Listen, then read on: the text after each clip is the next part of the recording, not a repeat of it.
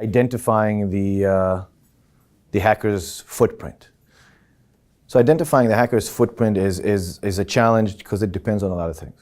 It depends on what kind of level of hack you're looking at, and it depends on what kind of technology platform you have. If you're a small organization and all you have is a firewall and an antivirus, it's more challenging to identify footprints because the tools that you have at hand are X.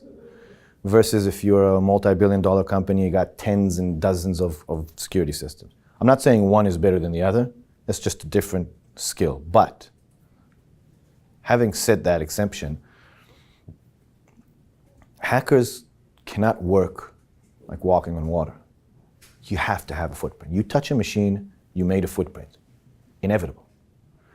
It depends how good you are, what kind of footprint you made. Can you erase it? Do you even know where or how? But you made a footprint. If you install something on a machine, then certain elements, technically speaking, happen on the machine. Processes are opened, keys are changed in registries. It varies, but something happened. But 99% of the SIEMs and SOCs in the world, they don't look at that area. They'll say, if you buy a SIEM, any of the big SIEMs, and you install the out-of-the-box rules, you'll see rules like 10 or 5 failed logins, then flag an alert. A hacker is not going to log in 5 times if the first 2 failed. He understands that that's not how it works. So are you looking for a hacker? No. Those alerts are not designed for hacking. But if he did get a username password, regardless to how he got them, and he's installing something, then the machine is acting, is responding. Like I said before, processes opening, keys changing, it doesn't matter. Those kind of indications are there if you know to look for them. And by the way, most of the times, if that's happening, there's no 2 ways about it. Somebody took over the machine. There's no other reason why that process or key or incident should happen from a technical perspective, aside from the thing that something's being installed. So you might say, okay, maybe the IT guy is installing something, and I say, fine. Flag it. It's an incident. Call the IT, and if he comes back and says, yeah, it's me installing, then we're good. But in the other 99% where he says, no, I'm not even at work, there you go. Somebody's in your network, and he's trying to get a hold of a machine. 2-factor authentications, which is a very common practice in the world today.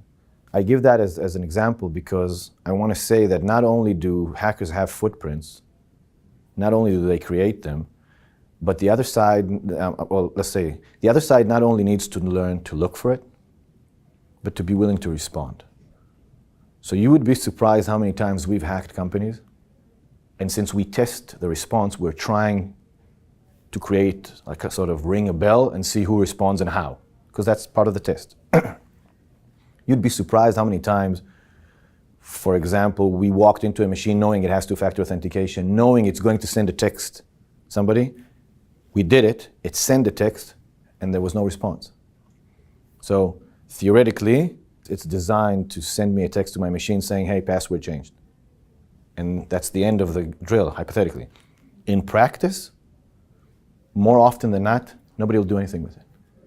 And then when you do the kill chain and you ask the IT guy, so did you not get a text message at 4 o'clock in the morning that your password's been, attempt to change your password? And he says, yeah. And we thought it was a glitch. I said, okay, it's 4 o'clock in the morning. I'll look at it tomorrow when I come into the office. Even though there's no 2 ways about it. You got the text, that means somebody's on the machine trying to physically change your password. There's no glitch, there's no hypothetical, maybe 100%. And that still doesn't drive them to action, more often than not. So we know how to look for the footprints, yes, because we create them. We know how to put them into a security device to flag them as a rule, yes. But don't leave out the element that we know how to prioritize what's key and what's not. By the way, that is the biggest flat down challenge of creating a SOC.